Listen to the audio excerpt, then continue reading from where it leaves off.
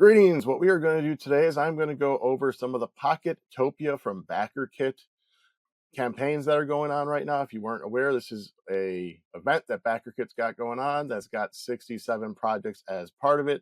There's a ton of different types of themes between tabletop RPGs, card games, decks of cards, small board games, etc. They also have some cross collaborations between them. So if you back 2 games, you're going to get a free goodie from those. And then if you back 6 projects or more, you get this cool Pocketopia dice bag. So you have the top cross collab projects here. This did just start today, March 13th. It's going to go until April 3rd, 1 p.m. PDT. So you can see I am following this. So I'm going to cover the campaigns that are currently interesting to us that we are thinking of backing or looking at more in depth. And I'll give you an idea of kind of why we're liking those. Also, we did cover 3 of these, and I'll point those out when we do that, which is going to be the first one we're going to get to. Here we have Cat's Gambit, the Queen Aurelia. This is coming to us from Sunrise Tornado. And there we go. From the Enter the Whimsical World of Cat's Gambit, a solo chess puzzle from the creators of Macaron and Boba Mojang. Arrange chess piece cards outsmarts the mischievous catkins. So this is a solo only 15 minutes. Here you'll kind of see it set up. You're going to have this deck of cards. You're going to have this queen card next to it. And then you're going to have this little cube you'll be moving around and placing. It's going to start on the deck. You're going to reveal a card, and you're going to put that card in relation to where the cube is according to what the card shows. So here you'll see the catkins are going to be anywhere up and down or diagonal, left and right. Your knight here is in the L movement, so your basic chess piece placements. So here's an example. You're also going to have 5 pawn cards that kind of help change how things might work, maybe move the cube somewhere else because you're going to put it on the piece that you laid. So this is, as I said, one that we've covered. So there is a video on our channel for it. You're basically trying to get a high score at the end. You are going to lose, though, if your queen gets in check twice from the catkins. And there she's in check. If you have it where the catkin can move on to them from up, down, left, right, and diagonal, etc. So there's the Cat's Gambit, the game. $12. Shipping in the US is $8. This is what you're all going to get. And then you have an add-on early bird is you get this really cool tote bag. And then if we look at this cross collab, it's collaborating with Brambletrek, Tales in the 100-Acre Woods, which we're going to be covering here in a second. But you're going to get these cool little bags to hold your games and stuff. From Cat's Gambit, you'll receive a 4-inch Queen's pouch to store the game or your favorite dice. Together, we will vote for one of the following to be the best reward. So it's going to be one of these colors and a small little bag. And Brambletrek is going to give you this magnificent Brambletrek pouch. What is Brambletrek, you may ask? Well, here's that one.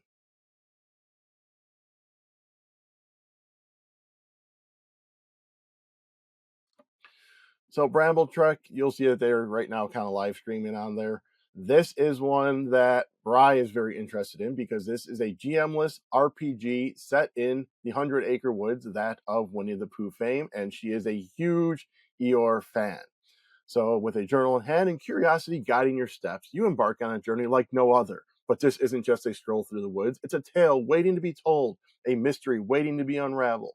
Somewhere among the thickets and glades, a darkness has crept into the 100-Acre Woods, twisting the hearts of its inhabitants. The creatures who once found joy in the simple things, sharing stories, gathering honey, and playing without a care, are now bound by strange glimmering crystals that cloud their minds and dull their warmth.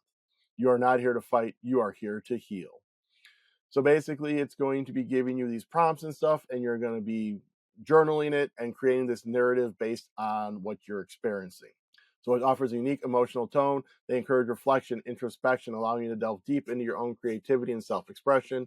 Remember, the goal here is not to win the game, but to embark on a narrative journey that is entirely your own. With each entry in your journal, you are weaving a story that will captivate and inspire.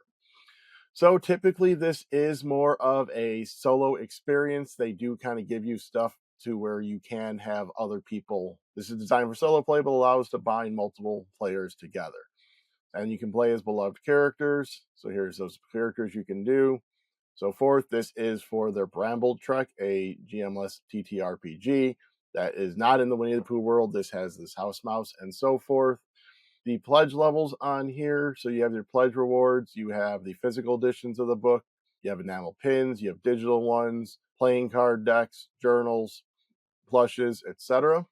So I think on this one, the one that we're really looking at more than likely getting is this Explorer edition.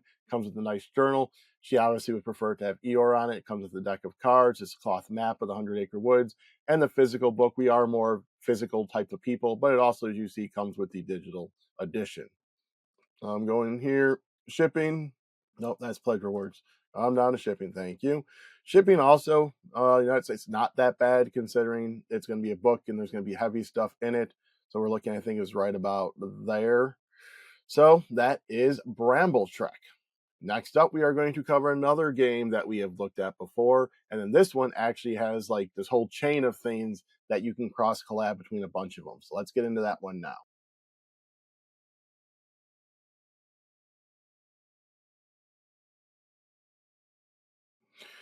We have moved on to Underleaf. So again, as I said, this is one that we have covered on the channel. This is a 2-player kind of drafting, buying, set collection type of game.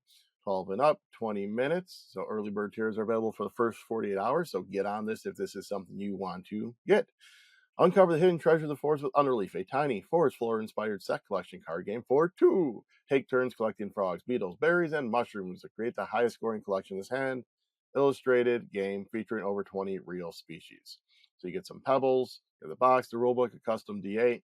So previews, are we going to see me? Yep, there I am. So how to play. Basically, you are going to be setting it up here. You're going to have your collection. You're going to have the leaf pile in the middle. You're going to, at the beginning of your turn, you're going to roll this die. You're going to deal out cards from the leaf pile. Then on your turn, you can buy once and you can sell once. If you buy from the middle, it's going to be a pebble per card. And you have to take all of one variety. So how there's 2 mushrooms here. If you decide to buy mushrooms, you'd be buying both mushrooms. You can't just buy one. When you sell pairs of matching types like matching mushrooms, matching berries, etc. And you sell those for 5 pebbles. That's a way to restore your pebble income so you can buy more cards. At the end of the game, you are going to be scoring points for matching pairs. So like how this, you can tell are the same mushroom. You'd want the same mushroom, not just mushrooms in general. You're also going to score points for pairs of frogs. Frogs are wild. However, when you buy them, you assign them to either berries, mushrooms, or beetles, and then they are that for the rest of the game. So this one you have there. So let's look at the collab. So this one is one of the coolest collaborations I've seen of the ones that we've looked at. So if you back both Otter, which we'll get to, Deluxe Edition, and Underleaf, which is this one, you can receive this frog plush and this enamel pin. So that is pretty cool. I really like that frog plush. The youth is going to like that frog plush and will more than likely take it. So this one has this collaboration with Otter, and actually also has a collaboration with Pond, which we'll get into also because we are interested in all 3 of these. So, but first, let's go ahead and look at Otter. So Otter is where's the quick description, is a climbing, shedding card game for 1 to 4 players. If you played Uno or Scout or Crisp, you know the kind of game. Play all your cards, win the round, win enough rounds to win the game. So here you kind of see the otters with these numbers on them and these things up here, higher, odd, near, so forth and so on. Otter, lucky stone. So on your turn, you pick one of the 3 otters of the play cards on. Each has a rule about numbers and a rule about suits. To play onto an otter's tummy, you must follow at least one of the rules. But if you follow both, you can play there again and again and again. I really like these animations. They really did a cool job with this. Additionally, you can change the rules of each otter by flipping and swapping heads and tails. Each flip or swap makes you draw a card, so plan carefully. So I'm guessing that these bits here are in this deck and you flip one over and that changes something. Last thing you know is after someone wins a round, you refill your hand without discarding the old cards. This lets you hold on to a lot of cards in one suit to have a better round next time. So there is shipping and VAT. You have your pledge levels. Look at that cute little bag you get. And you get this playmat. That's really cool. So a lot of really cool looking components. The Underleaf collaboration is right here. Free collaboration gifts. You get the Otter pin if you do it. So you get the plushie from Underleaf and you're going to get the Otter pin from Otter. So these pledge levels that they have is they have the deluxe game for 25. And as you saw, really cool stuff. This Otter VIP comes with the Otter plushie bag, but this one comes with all those nice cards, the play, etc. So, and then you have the Otter and Hedgehog bundle for their previous games. So that is Otter. Well, again, as I said, Underleaf and such goes with Pond. So now we have Pond. And Pond is actually going to tie into another game. So you can just have a whole little dink, dink, dink, dink on all 4 of these. So with Pond, you are going to select a faction of frogs with their own cards. They have asymmetric powers and cards. So you have Banana Frog, Cowboy Frog, Wizard Frog, and Pumpkin Frog. You're going to gain victory points by controlling ponds, spend berries to add frog cards to your deck, and then engage in frog combat with quick dice rolls. Basically, if you move into a spot with other frogs, you're going to roll a die per frog, rolling them. If you get a sword, you remove 1, a bomb, you remove 1 of yours and 1 of theirs, and then the X is a miss and it does nothing. So this is a deck building game, so you'll be playing cards, moving your frogs around, distributing your frogs to the pond by your long flog, which is basically kind of like your little boat thing. So you distribute from there. You're moving around, trying to have area control to get points and to earn crowns and so forth. And then you're going to be getting all these extra cards by spending your berries to be able to get other points and be able to do more stuff on your turn. So there we go. What's in the box? So you have 132 frog cards. So that's a lot of cards. 14 hero frog cards. 4 unique faction starting decks. 2 quad fold reversible game boards. Different design for each player count. 16 long frog tiles. 3 custom dice. 64 small frog tokens. Plus a bunch of lily pad tokens, crown tokens, victory point tokens. So there is a Backerkit exclusive where it's 16 double-sided meeples and 64 double-sided frog meeples. So those all look kind of pretty cool. So what was it up here? The tiles. And so, yeah, so up here, you basically have the tiles instead of the meeples. So the meeples are pretty cool looking. I really do like the meeples, so we'll have to look to see if that's one of the ones we want to do. Merch add-ons, you have some shirts. Ooh, you have a puzzle. That's kind of cool. You have some pins, 5-pack of 3-inch stickers. You can just add on the 40-pack of small frogs if you want more. So we already kind of went over to how to play. Let's look over the crossover promo. So if you back Underleaf, you get 3 free promo frogs. If you get Forest Floor, you get 3 more. If you get this React, you get 2. We are not interested in the React, so I will not be covering that one today, but that is one that we can look at on your own, especially if Pond is one that interests you. So again, let's look at those pledge levels really quick. We have the standard edition tier, the Backerkit exclusive, and then this one is Deluxe Pond, 80 meeples, Art Friends expansion, 60 plus cards, name credit in the rulebook, Pond enamel pin, and a t-shirt, any design, and then you have even more stuff. So that is Pond. So let's get into Forest Floor, the one that also is in relation to this one.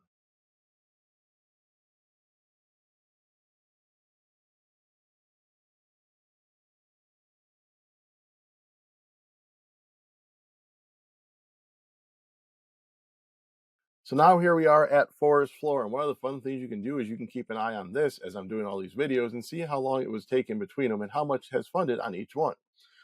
All right, so Forest Floor, nature can be a contest. Simple to learn, endlessly challenging. Wait, you skipped over the one. All right, so thinking ahead is key. Short turns, strategic choices, unexpected twists, simultaneous action reveal, intriguing interactions, and high player interaction. Players build a unique ecosystem by carefully choosing which cards to plant. However, opponents can use special mulch cards to directly disrupt your progress, a core feature of this game. As you gain advantage, you'll quickly become a target, forcing you to navigate shifting alliances and constantly adapt your strategy. The goal is to build a strong collection of plants, either a diverse variety or a powerful focus on a single type. The first player to complete their collection emerges victorious. So I will say this does sound like there is some levels of take that in it, which we are not overly fond of. But I might kind of see if there's any more other kind of information in regards to that would make that, different or not what I'm thinking it might be. So here you can kind of see an example of what's going on is so they basically on their plant turn chose to plant. They are going to play a card. That makes everyone else who has a mulch one have the option of playing a mulch card, and then everything gets resolved. So you have a vibrant and detailed field guide style illustrations. That was hard for me to say. And so it does look really nice. So the collaboration with Pond is with this one, you are going to get duckweed plant and this one. So you're basically going to get 2 copies of the powerful duckweed card, one with art, but our artist, and one with artwork by Pond HQ. So what do you get? There's some more other stuff. Play it this way. So this was the rule book. So let me kind of scroll through that really quick. I will say this is obviously a prototype rule book. I am seeing a couple like typos and stuff in it, but it does get a good judge of the game. You have a plant token. is the first player will get the plant token face up. Everyone else has a mulch token face up. Then the actions, you have planting and mulching. So a turn is start a turn, draw a card, flip your tokens to the active side. You can either, in your plant phase, you can either plant, which is you use one of your plant action to play a plant card from your hand by flipping the plant token, or you can germinate, which is you flip your token face down and turn sideways to indicate germination. Then, triggered by a plant phase, the mulch phase, each player with an active mulch token can play mulch card face down by flipping their mulch token. All face down mulch cards are then revealed.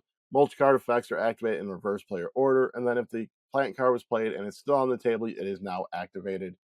And then the germination effect, if applicable, is you draw a card, end turn, next player goes. They have some examples and links, the different terms, and so forth.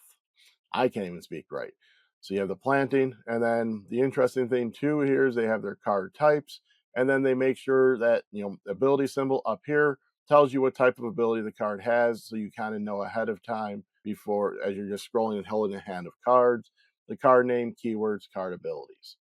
So again, that is Forest Floor. That has that, where did I say, collaboration with Pond, and then Pond has the collaboration with crossover.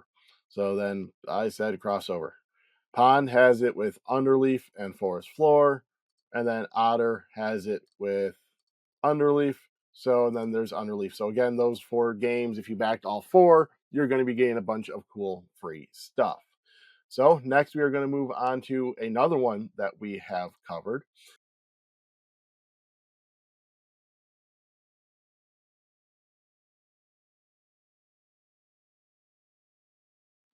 So in Surplus of Sloths from Where Giraffe Games, this is a small, quick playing one. We are not interested presently in Space Lion 2, so I'll not be covering that one, but that is their cross collab project that you can check out if Surplus of Sloths interests you, or if Space Lion 2 interests you, then come check out Surplus of Sloths. 2 to 5 players, 20 minutes, 8 and up. How to play. Hey, look, there we are. So, very simple. You are going to be starting off with cards. You're going to be trying to make sets in your hand, or basically runs of the same suit. You're going to be doing this by drafting cards from out here. Then whatever's left goes down to the surplus net, and that's going to be what you're actually going to be scoring at the end of the game. When the deck runs out, you are then going to have everyone lay their stuff on the table. Whoever has the biggest run in a color discards those cards and takes the ones from the surplus net. You repeat that for all the suits that are in the game. The suits are dependent on player. You then total up the points, and then if you have any X cards, which are considered wild for numerical purposes, if they're in your hand, you're going to multiply the value by 1. So here you see is 12 times 2 is 24. If you have 2 X's, I believe it's times 3. If you have 3, it's times 4. So this is a really cool, as you see, what's interesting is the oddity of the game. It's a game about slow-moving creatures, and this is a fast-playing game. This fits right up our alley, and we love it. This is a game that we can easily see us bringing anywhere and playing anywhere. So you can just get the basic little deck, $9 shipping. They have a tiny trilogy, which is this game, plus Explosions in the Library, Dreams of Yesterday, and Motley. Motley's kind of a party-style game.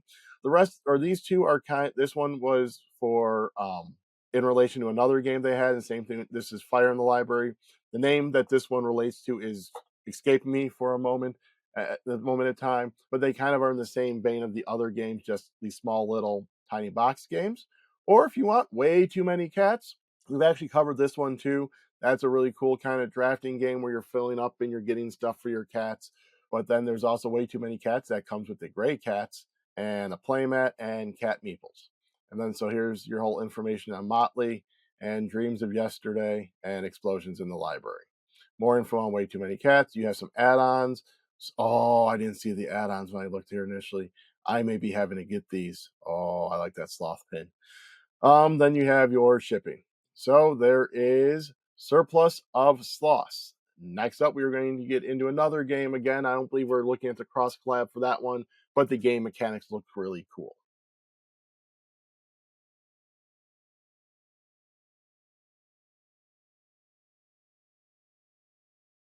Next up is Widget's Workshop, Infinite Workshop, or Instant Workshop, Infinite Possibilities. This is a drop style game for 2 to 5 players, 30 minutes.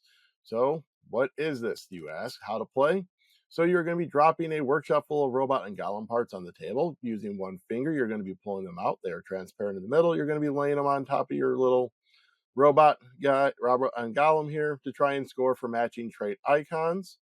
And then you're going to score points. There's also one where you can be doing it with simultaneously in real time racing to build the best and most. So I really like that whole dropping on the table mechanic. Those cards there look really cool. Building them up, trying to get the set collection, all that fits with us. Kind of the whole fun element too of it going on. This is a cross collab with Super Battle Mon Ranger packs. It's one we looked at. It is interesting if you are into like the collectible card games. They got blind packs, they have starter sets, kind of that type of realm. We just don't have the ability to do that right now. So that is not one that we're looking into for that reason, but it does itself look pretty cool. This does have some add-ons. You have arcane accessories, Boblin Bites Pizza Break. Pair it with Obelisk, which is with an equally portable and affordable Obelisk. Reward tiers, including that, are just $10. Well, that itself looks kind of cool.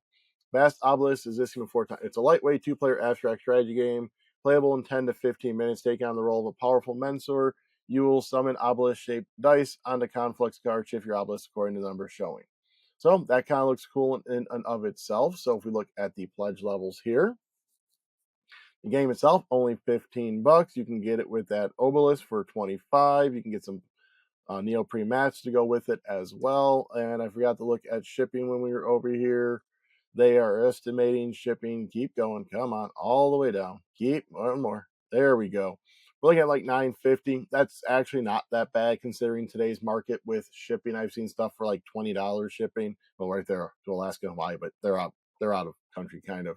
So $9.50, not too bad at all. Coming up next, we have Hercules and the 12 Labors, a solo challenge fit for a demigod. This is coming to us from Envy Board Games. They are a game company that specializes in tiny box games. I'll show you that when I show you the pledge levels. But in this one, as it said, is a solo playing game. If we go to how to play, you are going to be shuffling up your lore deck, labor deck, or you're going to be separating lore deck, labor deck, event deck, Hercules bow, your health tracker. You're putting your little markers on those. You're going to gather all of the dice. You're going to begin the adventure by reading the lore.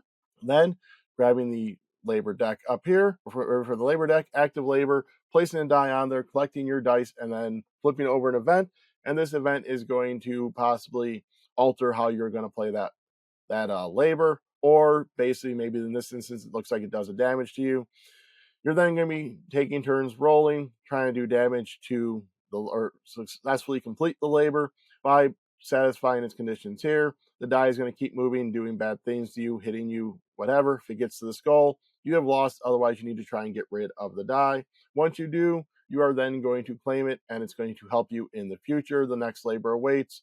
You're going to win if you get enough divinity and win all 12 labors.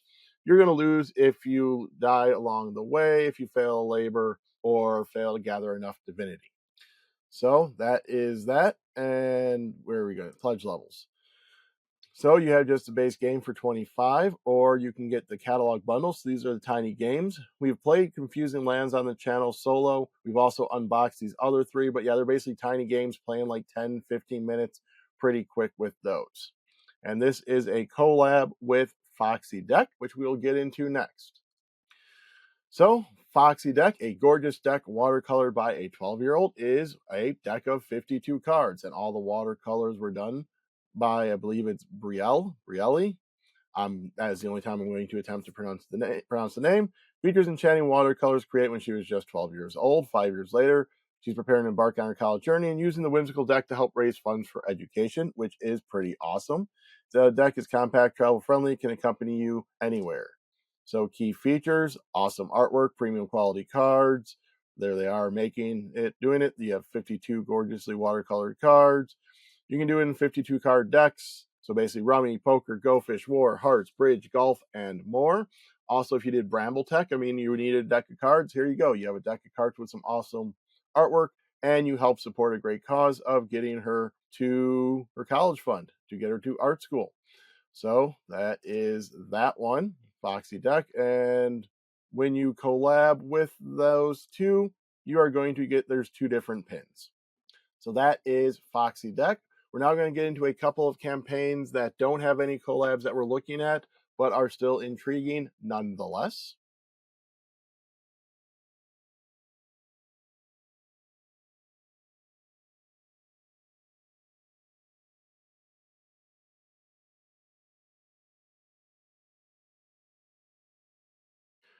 Getting into these final two, we have Childhood, a tabletop miniatures game of fun and adventure.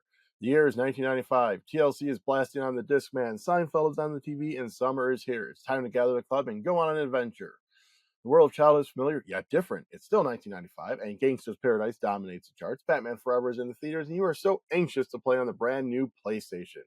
Childhood is a complete miniatures game over 120 pages, rules, backgrounds, 90s references, and a complete campaign with co-op versus and solo rules.